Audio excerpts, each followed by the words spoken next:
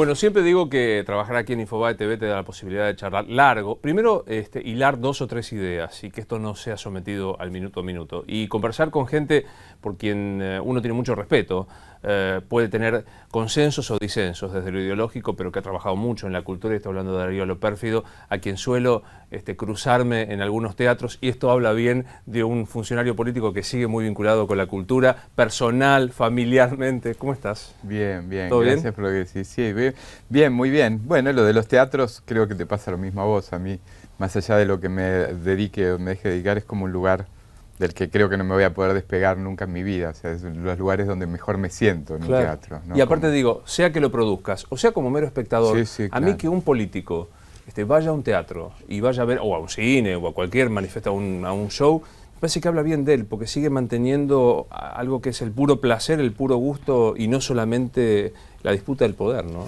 Sí, lo que pasa que desgraciadamente la política, por lo menos la política cotidiana, la que yo abandoné, digamos, la que tuve en finales de los 90, en distintas administraciones en la ciudad y en el país, yo creo que está muy viciada en la Argentina por varias cosas, y en un sentido una, la que está viciada, es que es como una actividad de medio de fanáticos y como de que parece que toda tu vida solo tiene que pasar por eso. Claro. Eso es muy insano, porque los políticos se terminan convirtiendo en gente ajena a la sociedad.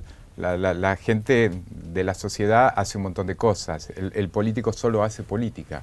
Y eso, digamos, para mí tiene que ver también con cuanto más evolucionada es la sociedad, eso es más distinto, ¿no? Yo me acuerdo a Olof Palme, primer ministro de Suecia, lo mataron a la salida de un cine donde estaba con su mujer. No llevaba custodio porque era fin de semana. O sea, bueno, eso es como una sociedad muy sofisticada, ¿no? Como cuanto más disminuye eso, y en la Argentina yo creo que se ha involucionado en ese sentido mucho, los políticos, es entregarle tu vida al diablo. Yo no le quiero entregar mi vida a todo, no tengo interés, tengo otros intereses, leer, pasear, ir al cine, viajar, cenar con mis amigos, hablar de otras cosas. Claro. Es un mal dato eso. Y vos decís bien, digo, porque aquello, los escandinavos, bueno, Olof Palme es esto, casi como parece hasta alejado desde todo punto de vista. Pero a mí me ha pasado, por ejemplo, ir al teatro, que a Buenos Aires, y cruzármelo a Sanguinetti, el expresidente uruguayo. Sí. Yo digo, qué bueno,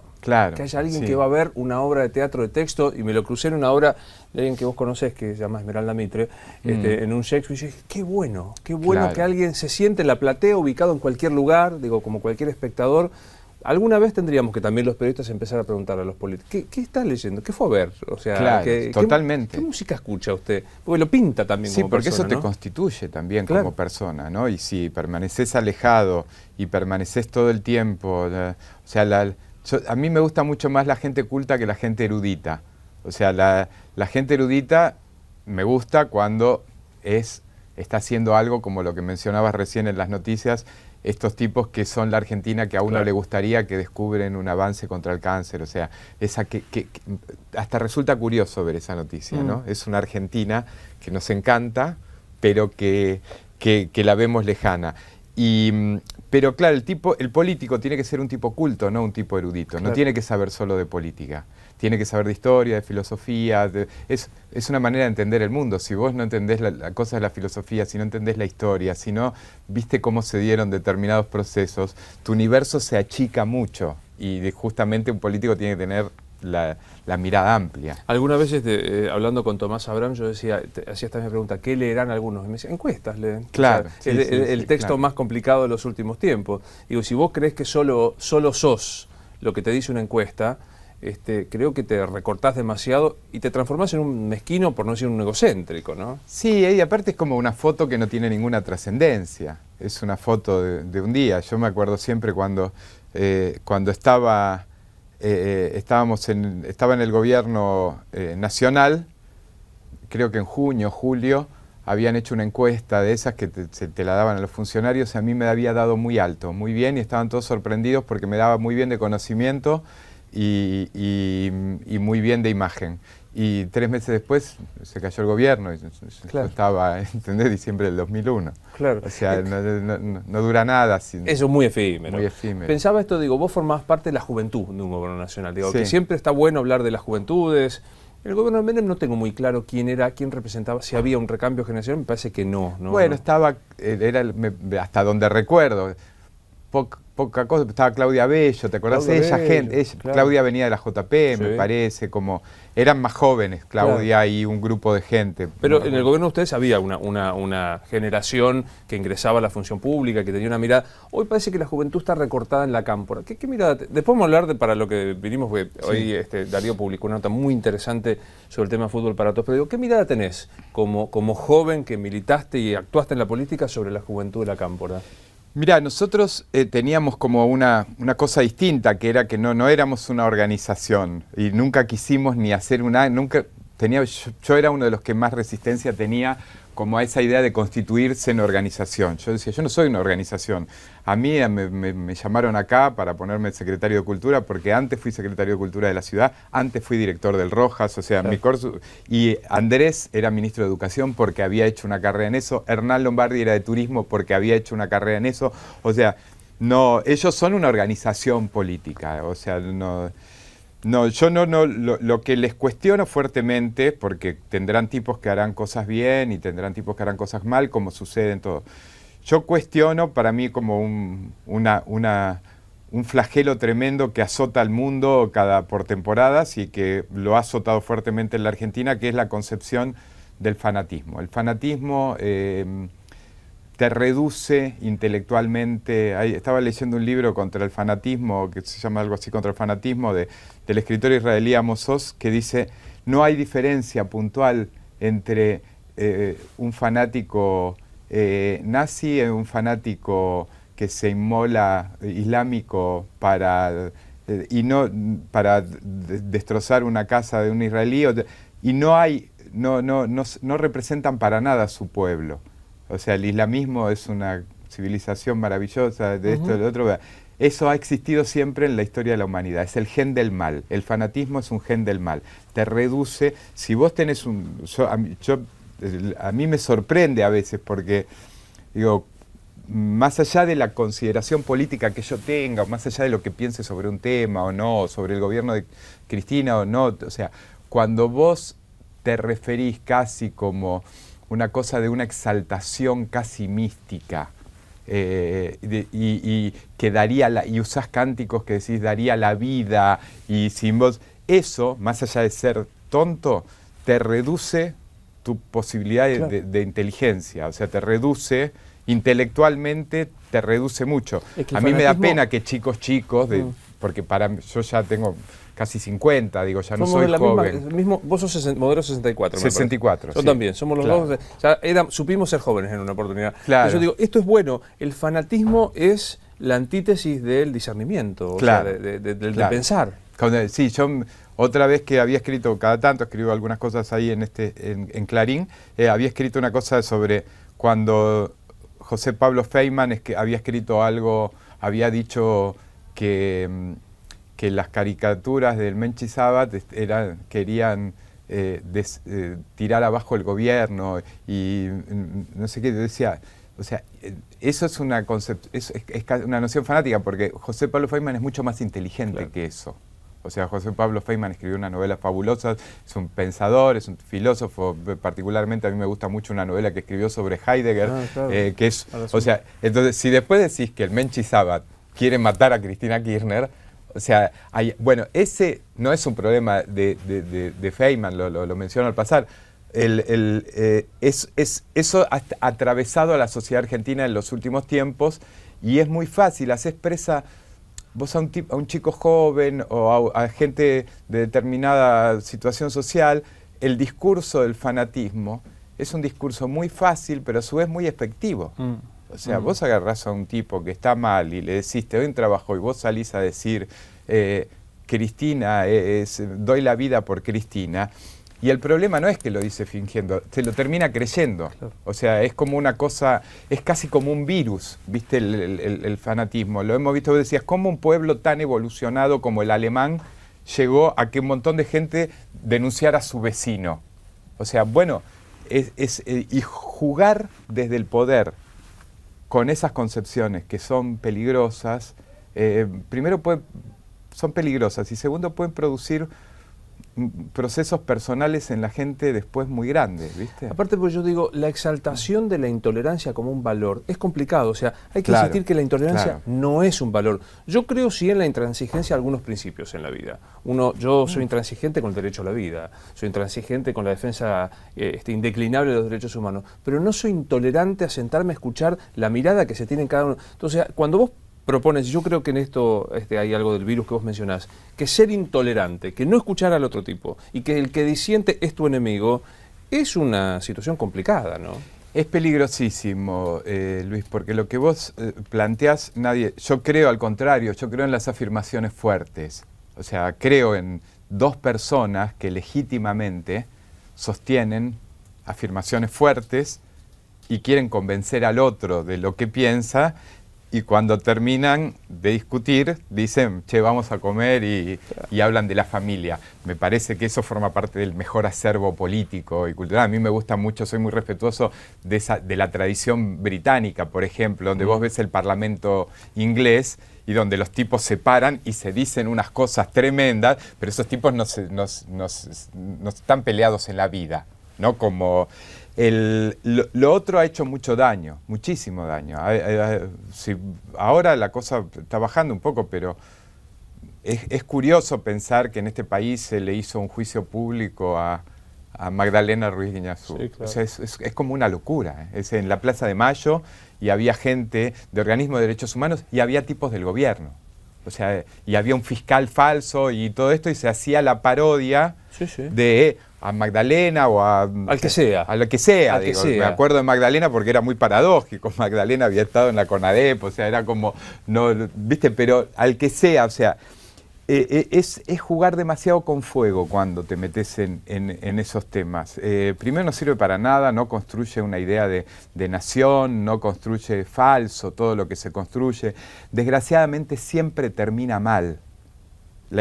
No aprenden de la historia, esos procesos terminan mal. Yo siempre cuento como en chiste, cuando vos vas a Polonia, hace poco fui jurado en un festival en Cracovia y hay unas agencias de viajes que te hacen un tour sobre la cosa disparatada del comunismo, te llevan a lugares reales donde que vos decís, pero claro, ahora yo me mato de risa, claro, pero murió mucha gente por ese chiste. O sea, murió mucha gente porque en algún momento si alguien se reía del camarada Stalin... ¿perdía la vida o quedaba confinado en lugares...? O sea, después se convierte en una cosa bizarra, ¿no? Como fuertemente bizarra. Pero el dolor que se atraviesa cuando se organiza una sociedad de opuestos, los humanos no somos opuestos, los humanos somos distintos, pero no somos opuestos, somos complementarios. Claro. O sea, por eso yo digo, el último dique a la violencia física es la palabra. Y cuando vos llevas al nivel de exaltación y de desprecio por el otro, lo próximo que viene es la violencia física. La violencia física. Bueno, por eso la violencia física estuvo tan cerca en muchos momentos. No, yo vuelvo a decir, como no nos olvidemos de las cosas que pasaron, pero cuando un día un grupo que venía de una manifestación lo corrió por la calle de Radio Continental a Fernando Bravo, ¿entendés? Porque Fernando, sí, claro, o sea, Fernando Bravo, un emblema de la televisión, del periodismo de este país, un tipo educado, buena gente, que nunca se ha metido con nadie deliberadamente, que quizás lo que había hecho era pronunciar alguna cosa que no estaba de acuerdo con el gobierno. Cuando vos ves las cosas que le dicen a determinada gente por pensar distinto, por supuesto que está cerca, porque el gran problema es que vos después, cuando vos creaste una legión de fanáticos, al fanático después no lo controlás. O sea, no es una organización política democrática donde en un momento vos decís, muchachos, discutamos este tema. No, el tipo, el momento que le pegó un palazo a otro en la cabeza, claro, cree que se lo está poniendo porque está defendiendo el proyecto, el relato, al Néstor Nauta, o sea, a lo que sea. Y eso, además, Es un problema muy grave porque conspira contra la esencia de la política. Son políticos. Tienen que crear seres políticos, no fanáticos. Claro. Porque el fanático no decodifica políticamente. Es Sí, curioso lo que pasó. Es curioso y a mí me preocupa porque digo, yo escuchaba los otros días el discurso de la Presidente que citaba a Cavallo como el desestabilizador. A ver, a mí me separan, estoy en la vereda opuesta de Cavallo. Jamás prohibiría que lo opinase, digo, creo que él tiene todo el derecho a opinar. Sí. Me molesta que se lo deje opinar como un testigo inocente de la historia argentina. Digo, sí. Me parece que uno tiene que opinar con su historia. Pero digo, nada más funcional que volver a dogmatizar. Estás con Cavallo, claro, estás conmigo. Bueno, no, en el medio hay un montón de cosas, ¿no?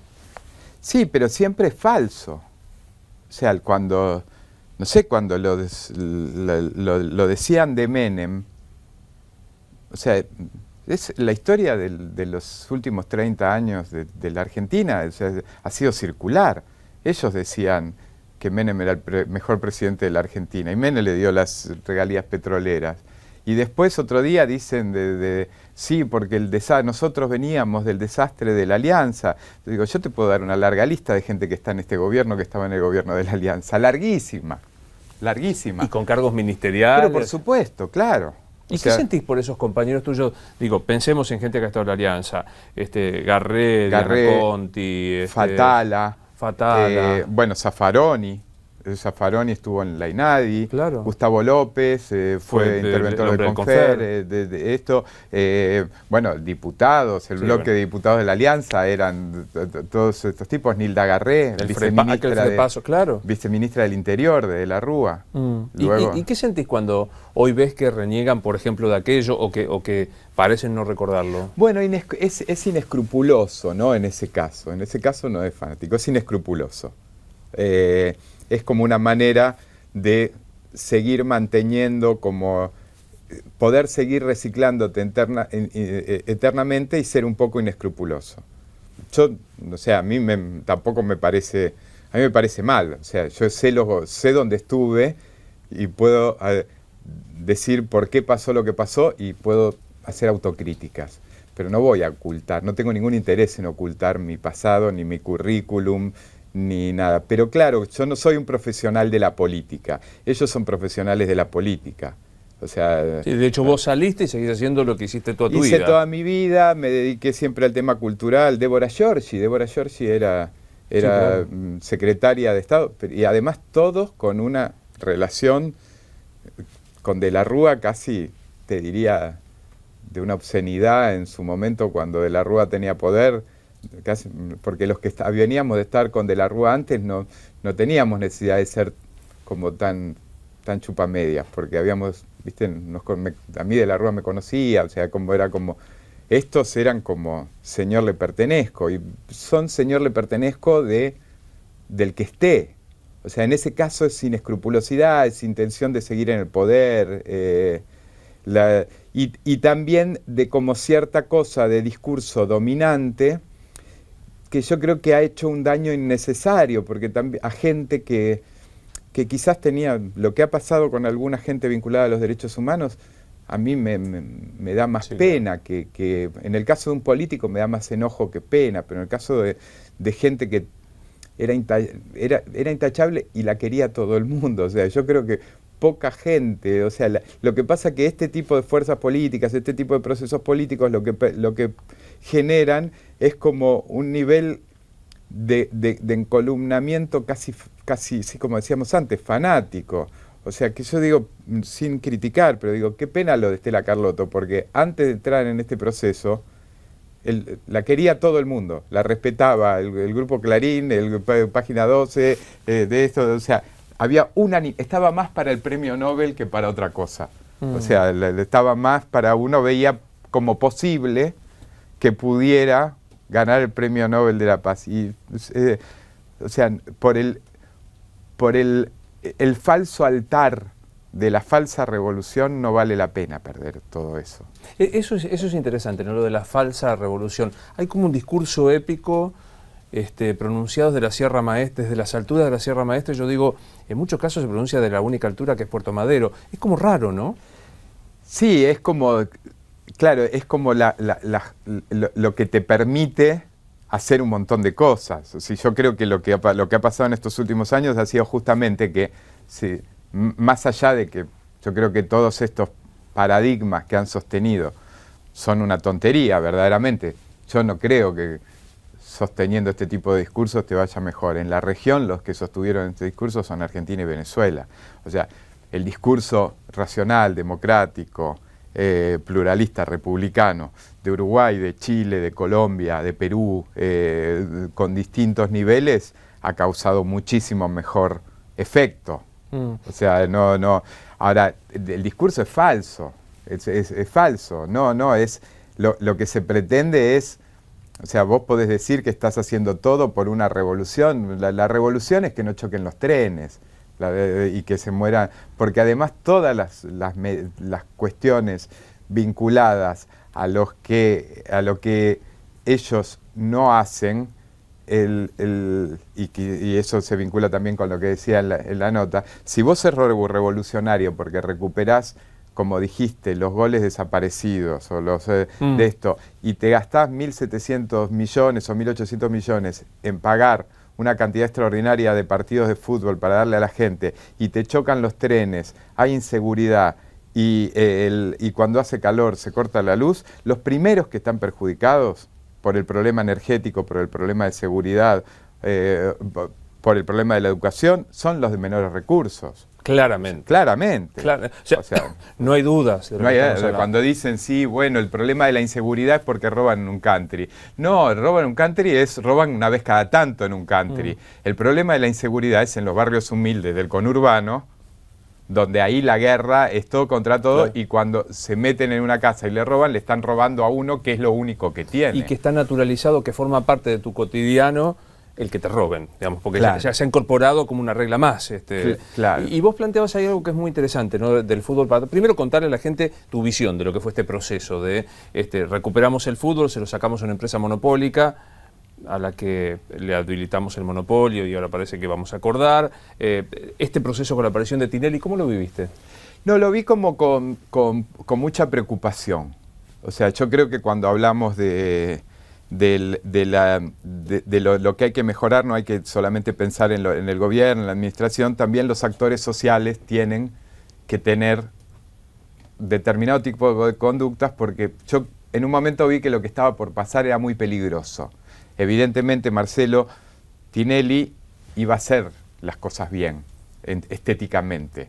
Eso iba a pasar de ser una cosa casi dedicada en los cortes, en los entretiempos, a vilipendiar al que piensa distinto, al que dijo una cosa distinta. No sé, hace poco salió un fallo porque usaban la publicidad para decirle a Macri del subte, no sé qué. En otro momento se lo dijeron creo que a De la Sota también. O sea, usaban eso, entonces claro, eso se iba a emprolijar. Y para mí era muy peligroso lo que estaba por hacer Tinelli. O sea, era peligroso, porque ibas a terminar dándole buena imagen a una cosa que intrínsecamente está mal. O sea, el fútbol es un asunto que en el mundo entero entre privados. O sea, yo estoy muy cansado que gente que tiene como una idea como de lo evolucionado del mundo, entonces te dice qué bárbaro la Premier League y qué divinos que son los partidos en la Premier League y qué bien que se hacen. Entonces vos decís, bueno, mirá, pero la Premier League no es así. Claro. O sea, no está el Estado. A vos te gusta eso y acá lo querés hacer a lo Stroessner. La Premier League, la compañía se llama, el torneo se llama con el nombre de un banco, creo. El Estado a lo que se compromete es que haya seguridad, que no maten a nadie en el estadio, no sé qué. Si vos querés acá, si hubieses querido acá, porque decís en algunas localidades no hay cable y no sé qué, eso es una mentira total que le estás dando el fútbol a los pobres. Porque podés hacer una ley o algo que regule y que diga en las localidades donde no hay cable, televisión pública, la televisión pública emitirá los partidos, claro. O sea, es fácil. Es fácil. Fútbol para todos, además, yo creo, es muy embrutecedor. Vos no podés tener durante un fin de semana a gente viendo 80.000 partidos de la B, 80.000 de la A, automovilismo para todo, no sé qué, o sea, pero que digo, el tiempo es finito. Entonces a mí me parece bárbaro, yo también veo algunos partidos de fútbol y me gusta, pero digo, la preocupación, lo que le mejora, ellos hablan siempre en nombre de los pobres, lo que le mejora la calidad de vida a los pobres es la educación, es la cultura, es aprender oficios. Yo te podría dar 50.000 ideas mejores que hacer con 1.800 millones de pesos. Enseñarle inglés a los chicos de menores recursos, enseñarle oficios, enseñarle a ser carpintero. La ciudad de Medellín, yo cito en la nota, hizo un modelo virtuoso, era la ciudad más peligrosa del mundo. Y ahora es una ciudad que se visita porque destinaron mucho dinero a una inclusión social de chicos que los sacaban de la calle para que no fueran sicarios y los metían en un lugar y le enseñaban un oficio, un instrumento, de esto. Porque no es solamente la posibilidad de ganarte la vida después, es tu valoración personal, es cómo mejora tu autoestima cuando sos el que sabe arreglar una puerta o cuando el que sabe tocar la guitarra en el cumpleaños de un familiar. Y si vos convalidabas, porque eso pasábamos de ver una cosa fea y íbamos a ver una cosa linda, yo creo que era peligroso porque ibas a convalidar como siempre, terminabas normalizando algo que es completamente anormal. A mí no me parece bien, a mí me parecería genial que Marcelo Tinelli o cualquier empresario o una UTE de empresarios distintos tengan los derechos del fútbol, cómprenlos, como hace un empresario en cualquier lugar del mundo. Pugnen a partir de una licitación limpia, donde se presente el que quiera y quédenselo. Ahora, yo no creo que todos tengan que financiar eso, y si eso hubiese triunfado, hoy estaríamos hablando... Legalizabas algo que... Claro, hoy estaríamos hablando de qué bien, cómo mejoró Fútbol para Todos. No, Fútbol para Todos no tiene que mejorar porque ahora un córner te lo comente mejor Juan Pablo Varsky, que es un tipo, digamos, que evidentemente tiene una formación intelectual y esto alta y es muy bueno comentando partidos. No mejoraba. No, claro. Y mirándolo del lado de Tinelli, ¿qué fue? ¿Se comió la mague? ¿Es una ambición de poder de él personal? ¿Por qué crees que hasta en un punto casi llegó a...? Sí, no sé, yo no tampoco, digamos, estoy diciendo que algo que hizo él me pareció mal, pero no tengo un problema con él personal, ni todo lo contrario, me llevo bien con él cuando lo veo, no, creo que hay como algo vinculado al poder, o sea que si de pronto manejás eso, manejás mucho poder. Claramente. Te diría casi más que lo económico, o sea, más que lo económico, una cuestión más de poder y más de eso, pero mucha impericia. Extrañamente, tuvo Marcelo impericia política. O sea, no subestimó el nivel de fanatismo y el nivel de la obsesión de concentración de poder, ¿no? Lo subestimó. Bueno, realmente ha sido un gusto que hayas venido a charlar con nosotros. ¿Qué estás haciendo? ¿Estás produciendo algo? ¿Estás organizando? ¿Qué estás haciendo ahora? No, bueno, yo hago el festival, como decía, de la ciudad, que es una cosa que me gusta mucho y que fue el año pasado, en octubre. Y ahora es el año que viene y va a ser bastante trabajo previo porque es el de la 10ª edición y entonces va a ser más grande y eso. Y trabajo en proyectos, siempre estoy armando proyectos de obras de teatro chiquitas que preparo, que me gustan, estoy haciendo unas cosas, un proyecto de un documental con Eugenio Zanetti, con director de cine. Siempre estoy como... Esa es mi cosa básica, ¿no? Mi cosa básica es preparar ese festival para el que trabajo durante todo el año para que se haga el año siguiente. Y mientras tanto, en realidad, que es lo que decías antes, es lo que he hecho toda mi vida. Digo, desde los 18 años. Recomendarle algo a alguien que te está viendo ahora y quiere ver teatro, pues si esto no te lo puedes perder. Si vos tuvieras que hay una cartelera muy interesante en Buenos Aires, ¿qué hay que ver? Bueno, tengo que recomendarla de alguna que se llama Adictas a Vos, porque está Esmeralda, ahí, ¿no? Pero además porque es muy buena, y Marcos Carnevale, y está Betiana Blum, María Valenzuela, Cecilia Dopazo, Erika Riestra, está muy bien. La verdad que contrariamente a lo que yo hago y proyecto siempre y pienso siempre, me recomendaría también, pero porque también tiene que ver con cierta cosa que hablábamos recién, de un espectáculo maravilloso que es musical, con mucha historia, que se llama Priscila. Priscila es como un documental, un musical que en su momento causó mucha conmoción, que tenía que ver con los derechos y la cosa del mundo gay. Y también se me ocurría, como el otro día pensaba en eso, ¿no? Los derechos del mundo homosexual y todo cuanto ha hecho el arte, y aquí y en muchos lugares se lo encubre como una cosa ideológica, ¿no? Como una cosa de izquierda, como una cosa de... No, la izquierda no defendía los derechos de los homosexuales. En Cuba los persiguieron toda la vida. Y hoy mismo. Y hoy mismo.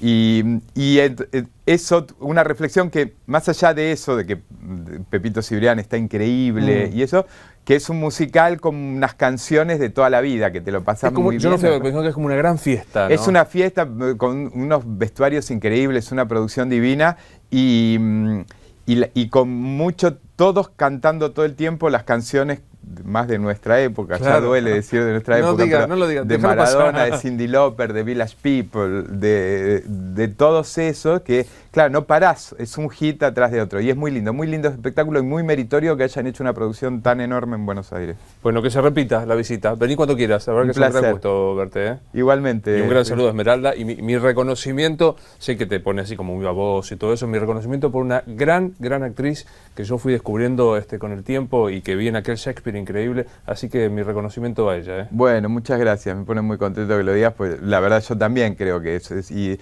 Esmeralda trabaja mucho, es una persona que se toma su profesión muy en serio y eso es se nota, es muy meritorio. Gracias por venir. Gracias, un placer. Pequeña pausa.